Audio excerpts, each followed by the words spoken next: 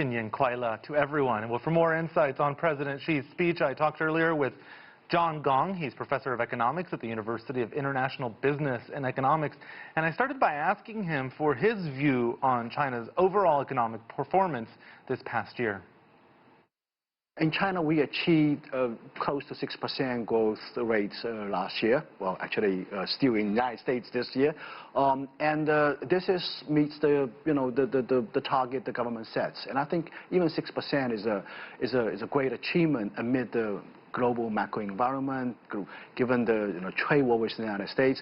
The good thing is that we have reached an agreement.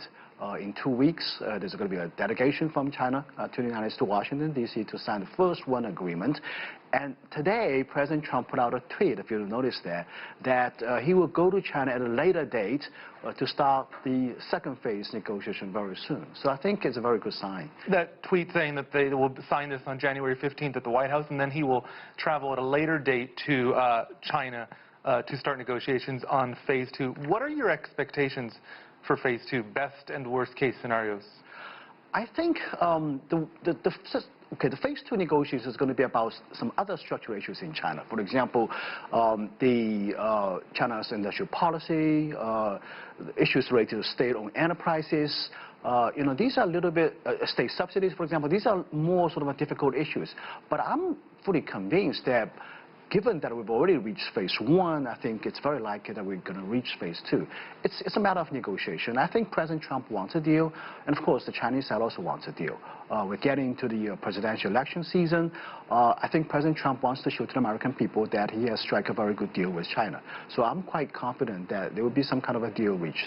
And also, we have to keep in mind, phase 1 and phase 2 negotiations are all geared towards reducing, rolling back the tariffs that have been imposed since July in 2018. I think this is a very important goal from China's perspective.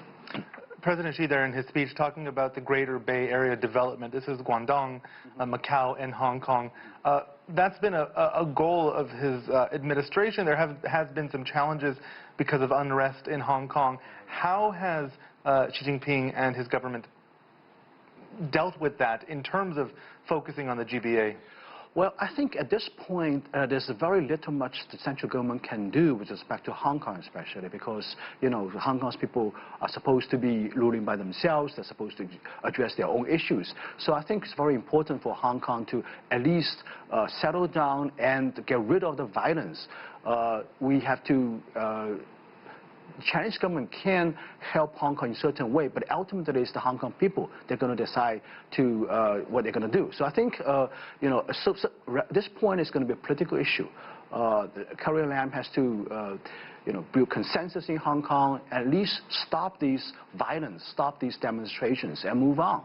And then we can talk about economic cooperations between these cities in the Greater Bay Area and there. What do you expect will be a top priority for policy makers next year? We've seen a lot of progress in terms, for example, of poverty, which is a big push of Xi Jinping. Where do you see policymakers taking China? I think the priority right now is all about economics, because we are, even though the last month figure is pretty good actually, PMI is 50.2, GDP growth is supposed to be above 6%, but I'm still very concerned about the global environment here. I think there's still a likelihood that the economic growth is going to continue to slow down, and I think the government has to come up with policies, both fiscal policies as well as monetary policies, to deal with that. A positive speech by Xi Jinping? Oh, absolutely. I think this speech is a little bit different from sort of a very typical Chinese Communist Party's official, sort of a more bureaucratic style speech. It's very close to people. It's also quite poetic speech, I think. So I think it's quite different from the previous speeches delivered from the government officials in China.